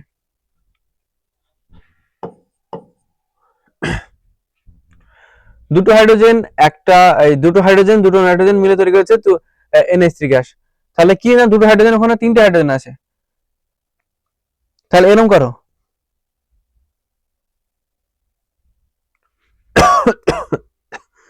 হাইড্রোজেন আর নাইট্রোজেন গ্যাস আছে, 2NH3, এখানে দুই দিচ্ছি আমরা। তাহলে কটা হাইড্রোজেন হচ্ছে না, তিনটে হাইড্রোজেন হয়ে যাচ্ছে। তিন দুগুণে ছটা, 2 গুণ 3, ছটা হাইড্রোজেন হয়ে যাচ্ছে। ওখানে দুটো হাইড্রোজেন আছে, নাইট্রোজেন দুটো আছে এখানে, আর এখানে দুটো আছে, তাহলে হয়ে গেল নাইট্রোজেন ব্যালেন্স হয়ে গেছে। তাহলে কাকে দেখতে হবে? হাইড্রোজেনকে দেখতে হবে। নাইট্রোজেন হয়ে গেছে ব্যালেন্স, মানে এই যে দুটো নাইট্রোজেন আছে, আর এই যে দুই দ্বিগুণ করে দিলাম, দুটো নাইট্রোজেন হয়ে গেল, ব্যালেন্স হয়ে গেল নাইট্রোজেন। তাহলে কে দেখবো? আবার হাইড্রোজেনকে দেখবো আমরা। হাইড্রোজেন কটা আছে এদিকে? 3 দুগুণে 6টা, এখানে দুটো হাইড্রোজেন আছে, তাহলে 3 দিয়ে দিলে হয়ে যাচ্ছে। দাও 3, ওকে, ব্যালেন্স হয়ে গেল। নেক্সট, FeCl2 তৈরি করছে কিনা FeCl3। তাহলে আমরা কি করব না, সিএল এর আগে 3 দেবো একটা, এখানে তিনটে, 3 দুগুণে 6টা সিএল হয়ে গেল। তাহলে এখানে তিনটে সিএল আছে, 2 দিয়ে গুণ করে দাও, তিনটে সিএল, 3 দুগুণে 6টা, 6টা হয়ে গেল, 3 দুগুণে 6, 3 দুগুণে 6, 6টা সিএল হয়ে গেল। দুটো এফি হয়ে গেছে, এখানে 2 দিয়ে দিই, তাহলে হয়ে গেল দুটো এফি, তিনটে, 6টা সিএল, দুটো এফি, 6টা সিএল, কমপ্লিট। নেক্সট, NH3O2 আর N2H2O। NH3 অক্সিজেনের সাথে বিক্রিয়া করে কি করছে? Ammonia gas. অক্সিজেনের সাথে বিক্রিয়া করে তৈরি করছে হাইড্রোজেন, এই জল তৈরি করছে, H2O তৈরি করছে। ওখানে N2 আছে দেখো ওখানে, আর এখানে কটা আছে না, একটা নাইট্রোজেন আছে, ওখানে হাইড্রোজেন কটা? দুটো আছে, এখানে অক্সিজেন দুটো আছে। এটা হচ্ছে 4 নম্বর রিঅ্যাকশন আমাদের। যাই হোক, এটা ব্যালেন্স করি আমরা, না কি না, দুটো হাইড্রোজেন, দুটো নাইট্রোজেন, দুটো হাইড্রোজেন, একটা অক্সিজেন আছে এখানে। তাহলে আমি প্রথমে আমরা দেখি 2 দিয়ে, এখানে 2, 2 দিলে কোথায়? দুটো নাইট্রোজেন হয়ে যাচ্ছে, তিনটে হাইড্রোজেন, 3 দুগুণে 6টা হয়ে যাচ্ছে। তাহলে 3 দিই এখানে, 3 দুগুণে 6, দুটো 6টা ধরে মিলে যাচ্ছে, কিন্তু অক্সিজেন দেখো মিলছে না ওখানে। দুটো অক্সিজেন আছে, বাট এখানে তিনটে অক্সিজেন হয়ে যাচ্ছে, তাহলে মিলবে না, তাহলে এটা বাদ হবে। এবার 3 দিয়ে দেখো এটাকে, 3, 3 দিকে 9, আচ্ছা 3 দিলে এখানে আর হাইড্রোজেন মিলবে না। 4 দিয়ে দেখো, তাহলে 4, 4NH3, 4টা NH3, 4টে নাইট্রোজেন, আর 3 4 12টা হাইড্রোজেন আছে ওখানে, আর অক্সিজেন দুটো আছে এখানে। তাহলে এখানে 4টে যদি নাইট্রোজেন কটা? 4টে আছে, তাহলে এখানে 2 দিলে 4 হয়ে যাচ্ছে, 2 4, 4টে নাইট্রোজেন, আর 2 দিয়ে গুণ করে 4টে নাইট্রোজেন হয়ে গেল এখানে। আর 6টা, 4 3 4 12, 12টা আছে কি হাইড্রোজেন আছে, তাহলে এখানে 6 দিয়ে দাও, 6, 6 দুগুণে 12টা হাইড্রোজেন, আর 6টা অক্সিজেন হয়ে যাচ্ছে এখানে, তাহলে এখানে 3 দিয়ে দাও একটা। আচ্ছা, এটা একটু কঠিন ব্যালেন্স হয়ে গেছে, একটু এত কঠিন তোমাদের পরীক্ষা দেবে না অত, ওই ছোটখাটোর মধ্যে হয়ে যায়, 2 দিয়ে গুণ করলে হয়ে যাবে বা 3 দিয়ে গুণ করলে হয়ে যাবে, এত দূর দেবে না, সহজ দেবে দিলে। এটা খালি দেখে রাখো যে 4টে NH3, 3টে অক্সিজেন গ্যাস, 2টো নাইট্রোজেন গ্যাস, 6টা H2O। রাসায়নিক বিক্রিয়ার বৈশিষ্ট্য, নতুন পদার্থ সৃষ্টি হয়। আমরা বারে পড়ে আসছি এতদিন থেকে, এর আগে লেকচারও দেখেছি নাকি, না রাসায়নিক বিক্রিয়ায় নতুন পদার্থ সৃষ্টি হয়। বিক্রিয়াতে সম্পূর্ণ নতুন বৈশিষ্ট্যের পদার্থ তৈরি হয়। রং পরিবর্তন, অনেক কিছু বিক্রিয়া আছে রং পরিবর্তন হয়ে যায়, যেমন FeSO4 আর H2SO4, Fe আর H2SO4, ফেরাস আর H2SO4 সাথে রিঅ্যাকশন করো তুমি, তাহলে কি হবে দেখো, এখন হাইড্রোজেন গ্যাস উৎপন্ন হবে, আর ফেরাস সালফেট নামে একটা সবুজ রঙের দ্রবণ নিচে প্রেসিপিটেট হয়ে যাবে, সবুজ রঙের একটা দ্রবণ নিচে প্রেসিপিটেট পড়ে যাবে, সেটা হচ্ছে কি না FeSO4। তো রং পরিবর্তন, ওখানে রং পরিবর্তন হয়ে যাচ্ছে, প্রথমে কোনো রং ছিল না, H2SO4 তো বর্ণহীন থাকে, একদম জলের মতো দেখতে হয় কিন্তু H2SO4। তাই ল্যাবে গিয়ে, যদি কোনোদিন ল্যাবে যাও, ল্যাবে গিয়ে যেখানে সেখানে হাত ঢুকে দিও না, কোনো জায়গাতে অ্যাসিড থেকে দিতে পারে, যে বর্ণহীন অ্যাসিড জলের মতো দেখতে লাগতে পারে, কিন্তু হাত পা সব পড়ে যাবে কিন্তু। রং পরিবর্তন, অনেক ক্ষেত্রে কি রাসায়নিক বিক্রিয়ায় পদার্থের রং বদলে যায়। তাপ শোষণ বা তাপ নির্গমন, তাপ শোষণ করতে পারছে বা এই বিকিরণ করছে, বা তাপ বের করে দিচ্ছে, এই একটা বিক্রিয়া আছে তোমাদের পরবর্তীতে চ্যাপ্টারে আছে, পরবর্তী লেকচারে দেখবো ওটা। নাকি তাপ শোষণ, কোনো বিক্রিয়ায় তাপ দিতে হয় আর কোনো বিক্রিয়ায় তাপ দিতে হয় না, ওখানে তাপ বেরিয়ে আসে, কি তাপমোচী আর তাপগ্রাহী একটা রিঅ্যাকশন হয়, তাপমোচী একটা রিঅ্যাকশন আর তাপগ্রাহী একটা রিঅ্যাকশন হয়। তো বিক্রিয়ার সময় তাপ বেরোতে পারে বা তাপ নির্গমন হতে পারে, তাপ নির্গমন সেটা হলো এক্সোথার্মিক, বা তাপমোচী তাপ নির্গমন হয় কি তাপ বেরিয়ে আসে, এক্সোথার্মিক রিঅ্যাকশন বলে। এক্সো মানে হচ্ছে বেরিয়ে আসা, আর থার্মিক হচ্ছে, থার্মা মানে কি তাপ, থার্মো কথাটা যেখানে থাকে সেটা হচ্ছে তাপ, আর এক্সো মানে কি বেরিয়ে আসা, এন্ডো মানে লাগবে ভিতরে, এন্ডো মানে ভেতরে, এক্সো মানে বাইরে, তাপ বেরিয়ে আসছে তাপ ভেতরে যাচ্ছে, এন্ডোথার্মিক মানে কি না তাপ যেখানে লাগছে, যেখানে তাপ লাগে যে বিক্রিয়াতে। নেক্সট গ্যাস নির্গমন, অনেক ক্ষেত্রে গ্যাস নির্গমন হয়, যে রিঅ্যাকশনটার কথা এখনই বললাম, যে Fe plus H2SO4 FeSO4 plus H2, gas নির্গমন হচ্ছে এখানে হাইড্রোজেন গ্যাস। যদি আমরাকে শিখাই ধরি, তাহলে একটা হালকা সবুজাবো টাইপের বর্ণ আসবে ওখানে, দিয়ে নিভে যাবে, এটা একটা দাহ্য গ্যাস, হাইড্রোজেন গ্যাস তৈরি হবে ওখানে, এবং আগুনের শিখাটা নিভে যাবে, কেননা হাইড্রোজেন গ্যাস জ্বলতে সাহায্য করে না, আগুন জ্বলতে, অক্সিজেন গ্যাস আগুন জ্বলতে সাহায্য করে, হাইড্রোজেন গ্যাস আগুনে পুড়তে পারে, কিন্তু হাইড্রোজেন গ্যাস আগুন জ্বলতে সাহায্য করে না। এই রিঅ্যাকশনটা কি গ্যাস তৈরি হচ্ছে না গ্যাস নির্গমন, অনেক বিক্রিয়া গ্যাস বের হয়। গন্ধ পরিবর্তন, কিছু বিক্রিয়ার নতুন গন্ধ সৃষ্টি হয়, গন্ধ পরিবর্তন হয়।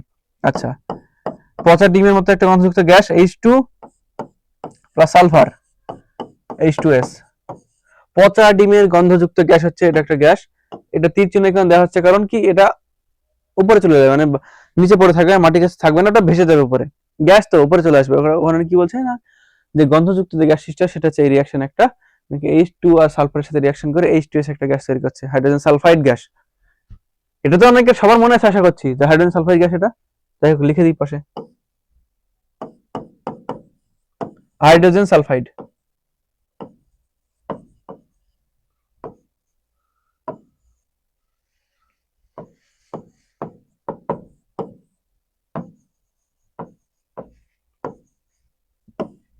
Hydrogen sulphide gas.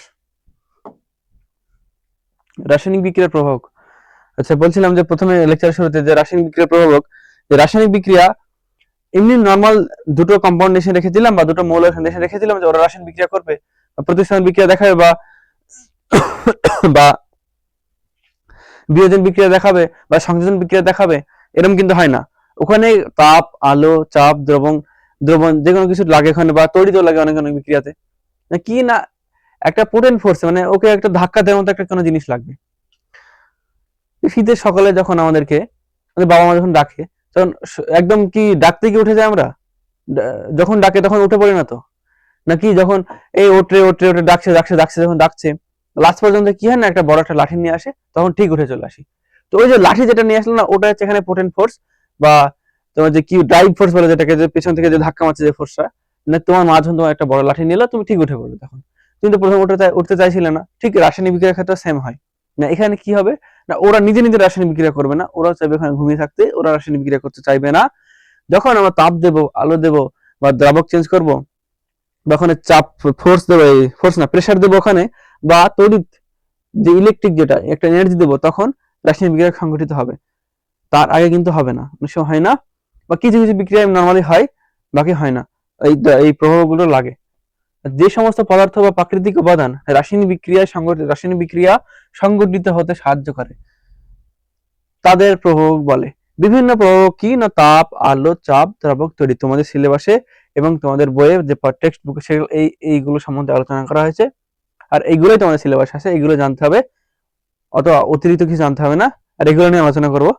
আজকে আমরা তাপ আর আলোটা দেখে নেব, পরবর্তীতে আমরা ডিটেলস জানবো। আচ্ছা, প্রথমে তাপ আছে আমাদের, হিট। দেখবে ম্যাক্সিমাম রিয়াকশন যে কোনো যত তোমরা সাধারণ চোখে যেগুলো দেখেছো বা বইয়ে যেগুলো পড়ে এসেছে, প্রত্যেকটা বিক্রিয়াতে তাপ ইউজ করা হচ্ছে, বা কিছু কিছু আলো ইউজ করা হয়। তড়িৎ অত ইউজ করা হয় না, তড়িৎ ইউজ করা হয় কিন্তু তোমাদের লেভেল এখন অত দেখোনি তোমরা, ওটা তোমাদের যে সিলেবাস ছিল কি না, তাপ এখানে যে কোনো প্রায় বিক্রিয়াতে তোমরা দেখেছো যে তাপ ইউজ করা হচ্ছে না। তাপ ইউজ করে কি করা হয় না, এখানে একটা রিয়াকশন দেওয়া আছে, বইয়ে দেওয়া আছে রিয়াকশনটা কি, জলযুক্ত কিউপ্রিক অক্সাইড, কিউপ্রিক জল, কিউপ্রিক কিউপ্রিক মানে কি বলতে চাইছে, Cu plus Q plus Cu2 plus cupric, এটা হচ্ছে কিউপ্রিক। কিউপ্রিক নাইট্রেট, নাইট্রেট মানে কি NO3, NO3।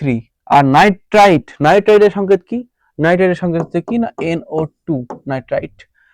আগের স্লাইডে বা দুটো তিনটে আগে স্লাইডে লিখে দিয়েছি, এখানে লিখছি না ওটা। এটা হচ্ছে নাইট্রেট, এটা হচ্ছে নাইট্রাইট। নাইট্রেটের বিয়োজন বিক্রিয়া, বিয়োজন মানে কি ভেঙে যাবে, কপার নাইট্রেট, কপার না কিউপ্রিক নাইট্রেট ভেঙে যাবে গিয়ে, তারপরে ওভাবে কিভাবে ভেঙে যাচ্ছে, কি কি উৎপন্ন করছে সেটা আমরা দেখবো। আচ্ছা, কিউপ্রিক নাইট্রেটের সংকেত হচ্ছে, কিউপ্রিক নাইট্রেটের সংকেত Cu,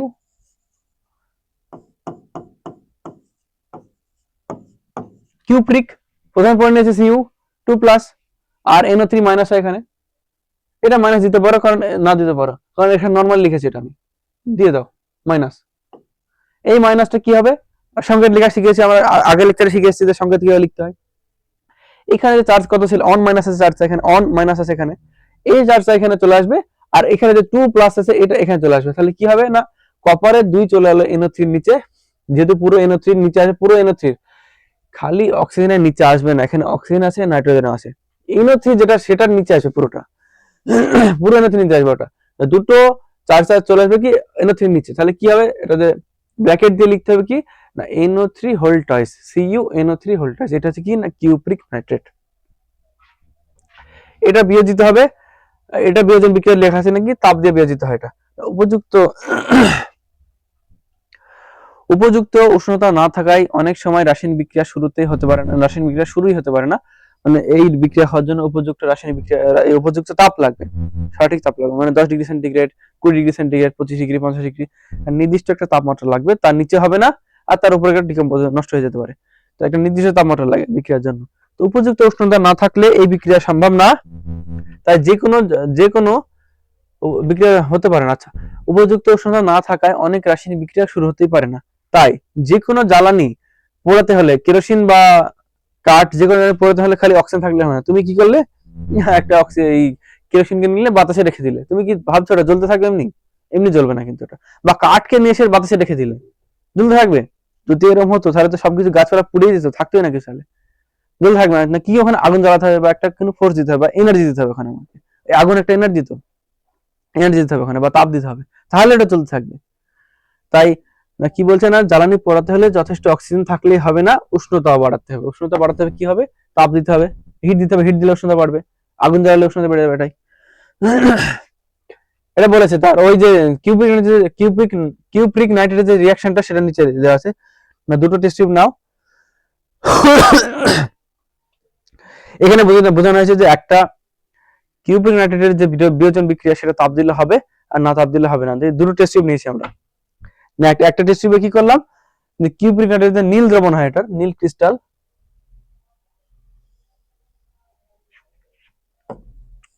CuNO3(2), এটা একটা সলিড সাবস্টেন্স, এর ক্রিস্টাল পাওয়া যায়, এর দ্রবণ হয় না, ক্রিস্টাল হয়। আর তো ক্রিস্টালটা কি রাখা হলো, এবং একটা টেস্ট টিউবে ঘরের উষ্ণতা রাখা হলো, ঘরের উষ্ণতা কত না 25°C।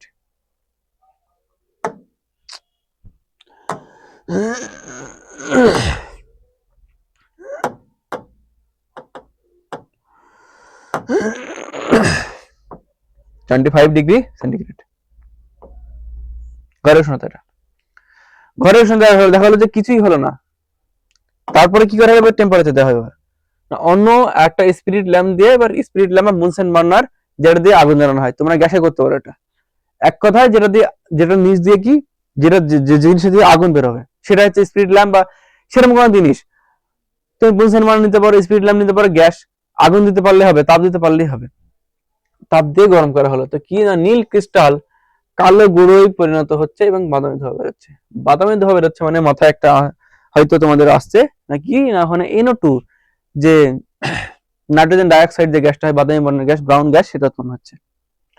তো রিঅ্যাকশনটা এরকম হবে, এখানে CuNO3 ভোল্টাইজ টেম্পারেচার দিচ্ছি, এখানে CuNO3 যে টেম্পারেচার দিচ্ছি, তাহলে কি হবে না CO তৈরি হবে, CO cupric oxide plus NO2 plus oxygen gas তৈরি হবে এখানে। তো অবশ্যই এই রিঅ্যাকশনটা আমাদের ব্যালেন্স করতে হবে। আমি এখন দেখাচ্ছি না, এখনই আমি করে দিচ্ছি একটু পর, কিন্তু তোমরা যেহেতু রেকর্ডেড লেকচার, তো তোমরা একটা নিজে করো এটা। প্রথমে এই যে ব্যালেন্সটা নিজে করো, এখন ভিডিওটা অফ করে দাও, তারপর নিজে রিঅ্যাকশনটা ব্যালেন্সটা করো, তারপরে ভিডিও অন করে দেখো যে ঠিক হলো কিনা। আচ্ছা, কপার CuNO2 এখানে কটা, একটা নাইট্রোজেন, 3টে অক্সিজেন, 3 6টা কপার, একটা ওখানে নাইট্রোজেন 2টো, অক্সিজেন 2টো আছে এখানে।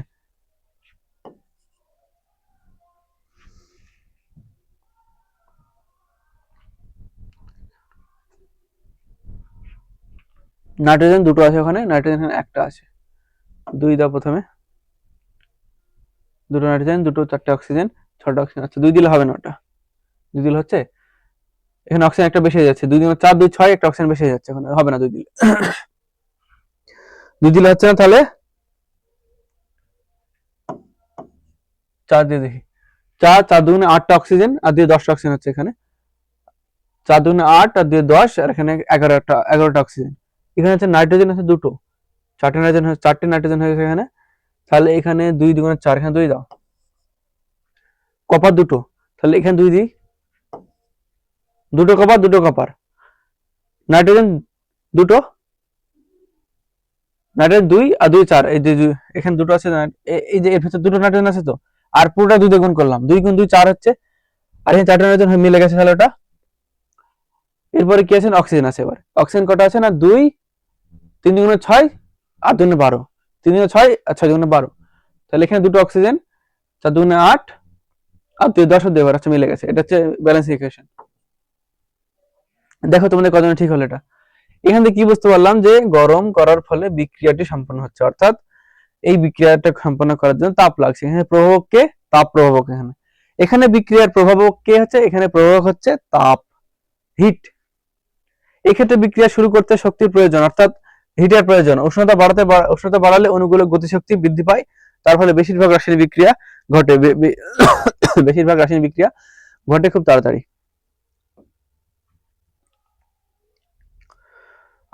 আলোর মাধ্যমে যেসব রাসায়নিক বিক্রিয়া ঘটে সেখানে আলোর মাধ্যমে যেসব রাসায়নিক বিক্রিয়া ঘটে সেখানে আলো বিক্রিয়া শুরু করার প্রয়োজনীয় শক্তি যোগায়। আচ্ছা, আলোর মাধ্যমে যেখানে রাসায়নিক বিক্রিয়া ঘটে সেখানে কি হয় না, আলো ওই বিক্রিয়াটা ঘটানোর যে শক্তি, ওই বিক্রিয়াটা ঘটানোর জন্য যে শক্তি দরকার, সেই শক্তিটা আলো যোগায় ওখানে, লাইট এনার্জি। আচ্ছা, সালোক সংশ্লেষের মাধ্যমে সবুজ উদ্ভিদ ও কিছু ব্যাকটেরিয়া, এটা মনে রাখবে, তোমাদের বায়োলজিতে অথবা লাইফ সায়েন্সে এই কোশ্চেন আসতে পারে যে সালোক সংশ্লেষের মাধ্যমে, ফটোসিনথেসিস বলে ইংলিশে এটাকে, সালোক সংশ্লেষকে ইংলিশে বলে ফটোসিনথেসিস। না, সালোক সংশ্লেষ প্রক্রিয়ায় খালি কি উদ্ভিদই খাদ্য তৈরি করতে পারে নাকি অন্য কেউ পারে? আরো খালি উদ্ভিদ পারে না, খালি উদ্ভিদই পারে এরকম না, কিছু ব্যাকটেরিয়াও পারে কিন্তু করতে। অর্থাৎ উত্তর হবে কি না, কিছু ব্যাকটেরিয়া এবং উদ্ভিদও সালোক সংশ্লেষ প্রক্রিয়ায় শক্তি উৎপন্ন করতে পারে। আচ্ছা, রাসায়নিক শক্তিতে পরিণত করে। আচ্ছা, যে সংকেতটা ছিল যেটা কি, সরলীকৃত সমীকরণ কি হলো,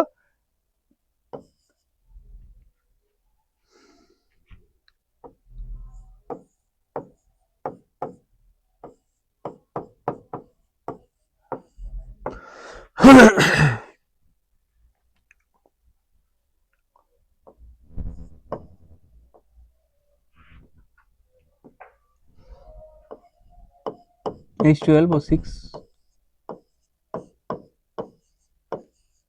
আমরা সকলে জানি যে সালোকসংশ্লেষের ফলেই উদ্ভিদ কি করে না, সালোকসংশ্লেষ প্রক্রিয়ায় খাদ্য তৈরি করে, এবং আমরা এটাও জানি যে উদ্ভিদ অক্সিজেন নির্গমন করে। সালোকসংশ্লেষ প্রক্রিয়া কি হয়, উদ্ভিদ যে খাদ্য উৎপন্ন হয়ে যাচ্ছে ওখান থেকে প্লাস অক্সিজেনও পরিবেশে চলে আসছে, আর কার্বন ডাই অক্সাইডকে শোষণ করে নিচ্ছে উদ্ভিদ। এই যে দেখো 6CO2 এখানে, এই রিঅ্যাকশনটা মুখস্থ ছিল আমার, এটা ব্যালেন্সিংটা মনে ছিল আমার। তো এটা জাস্ট এই রিঅ্যাকশনটার ক্ষেত্রে তোমরা মনে রাখো যে ব্যালেন্সিংটা কি হয়। ওইভাবে ব্যালেন্স করতে পরীক্ষায় দেখা যাচ্ছে এই রিঅ্যাকশনটা দিল আর ব্যালেন্স করতে দিল, দেখা যাচ্ছে তোমার সারাদিন লেগে গেছে করতে, পরীক্ষার টাইম শেষ ব্যালেন্স করতে গিয়ে। না, কিছু কিছু ব্যালেন্সিং তোমরা মনে রাখো, এটা একটা ইম্পর্টেন্ট রিঅ্যাকশন, এটা দিতে পারে পরীক্ষাতে। 6টা কার্বন ডাইঅক্সাইড 6টা জলের অণু দিয়ে কি হচ্ছে না, একটা গ্লুকোজ অণু তৈরি করছে, এটা গ্লুকোজের সংকেত।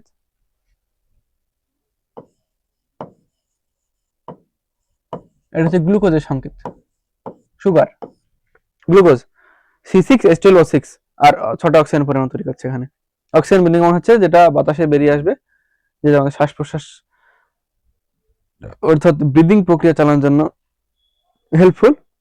আর অক্সিজেন আর বাতাস থেকে, পরিবেশ থেকে কার্বন ডাই অক্সাইড উদ্ভিদ শোষণ করে নিচ্ছে। সালোক সংশ্লেষ একটা অতি জটিল রাসায়নিক প্রক্রিয়া, আলোর অনুপস্থিতিতে তা শুরু হতে পারে না। যদি আলোর অনুপস্থিতি থাকে, যদি আলো না পড়ে, তাহলে সালোক সংশ্লেষ হবে না, ফলে খাদ্য উৎপাদন হবে না, প্লাস অক্সিজেন উৎপন্ন হবে না, তাহলে সমস্যা শুরু হয় প্রচুর পৃথিবীতে। তাই এই কারণে বলা হয় যে একটা গাছ একটা প্রাণ, যে একটা স্লোগান আছে না যে একটা গাছ একটা প্রাণ, গাছ লাগাও প্রাণ বাঁচাও। এই কারণে বলে যে, কারণ গাছই একমাত্র, উদ্ভিদই একমাত্র জীব আছে যারা কি না বাতাসে অক্সিজেন সৃষ্টি করছে, অক্সিজেনের পরিমাণ বাড়াচ্ছে। ওই উদ্ভিদ যদি না থাকে, তাহলে আমরা এই পুরো জীবমণ্ডল, যে যারা জীব যে বেঁচে আছে, ছাগল মুরগি গরু হাঁস মানুষ, বিশেষ করে মানুষ আছে যারা বেঁচে আছে, তারা কেউ বেঁচে থাকবে না যদি উদ্ভিদ না থাকে। তাই আমাদের উচিত হবে বেশি বেশি করে গাছ লাগানো এবং গাছ কাটা কম করা। মানে গাছ কাটা যাবে না, তো প্রয়োজন, নিজের প্রয়োজনটা মেটাও, তারপরে যে যে লাক্সারি না করাই ভালো অতিরিক্ত, কারণ গাছের সংখ্যা যদি কমে যায় তাহলে আমাদের বেঁচে থাকতে সমস্যা হবে। আচ্ছা, ফটো তোলার সময় ওই আলো নিয়ে চলছে এখনো, যে ফটো তোলার সময় ফিল্মে আলো পড়লে নানান বিক্রিয়া ঘটে, ফলে ফিল্ম কালো হয়ে যায়। কালো কাগজের মোড়া দিয়ে ফিল্মটা রাখলে কিন্তু নষ্ট হয়ে যায় না। হাইড্রোজেন ও ক্লোরিন গ্যাস সূর্যালোকের বিক্রিয়া, হাইড্রোজেন ও ক্লোরিন গ্যাসও সূর্যালোকের বিক্রিয়ায় ঘটে, আর হাইড্রোজেন ক্লোরিন গ্যাস উৎপন্ন হয়। আচ্ছা, হাইড্রোজেন H2 আর Cl2, না এখানে সূর্যালোক লাগে। সূর্যালোককে দেখবে এভাবে লেখা হয় না, উপরে সূর্যালোক না লিখে H নিউ, এটা হচ্ছে নিউ, এইভাবে লেখা হয়, বা সূর্যালোক, সূর্যালোক, সূর্য আলো, সূর্যালোক মানে হচ্ছে কিনা সূর্যের আলোর উপস্থিতিতে রিঅ্যাকশন হচ্ছে, HCl তৈরি হবে এখানে। অ্যাকচুয়ালি অত টেম্পারেচার লাগে না, বা সূর্য আলোর উপস্থিতিতে করা হয় না, এই যদি করা হয় তাহলে বিস্ফোরণ হতে পারে, জাস্ট হালকা টেম্পারেচার লাগে এটা রিঅ্যাকশনটা করার জন্য।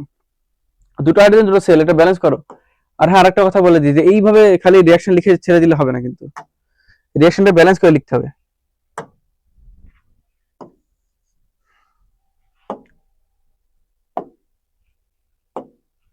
রিঅ্যাকশনটাকে যদি পরীক্ষাতে আসে, তোমাকে বলবে না যে তুমি ব্যালেন্স রিঅ্যাকশন লেখো, তুমি যখনই রিঅ্যাকশন লিখবে আজ থেকে, যখন তুমি রিঅ্যাকশন লিখবে ব্যালেন্স করে লিখবে রিঅ্যাকশন, নাহলে কিন্তু হাফ নাম্বার, যদি স্যার চাই, তোমাদের স্যার এক্সামিনার যে থাকবে যদি চাই, ও হাফ নাম্বার কেটে নিতেই পারে এখান থেকে। তাই অবশ্যই ব্যালেন্স রিঅ্যাকশন লিখবো আমরা। আচ্ছা, থ্যাংক ইউ ফুল ভিডিও দেখার জন্য। আর এইভাবে আমাদের স্কুল ইউটিউব চ্যানেলকে তোমরা ফলো করতে থাকো, তাহলে পরীক্ষাতে রেজাল্ট তোমাদের ভালো থাকবে। আর তোমরা স্কুলওয়ালা.info যে ওয়েবসাইটটা, সেখানে তোমরা ভিজিট করো, তাহলে এই লেকচারের নোটস প্লাস ওখানে প্র্যাকটিস শিট এবং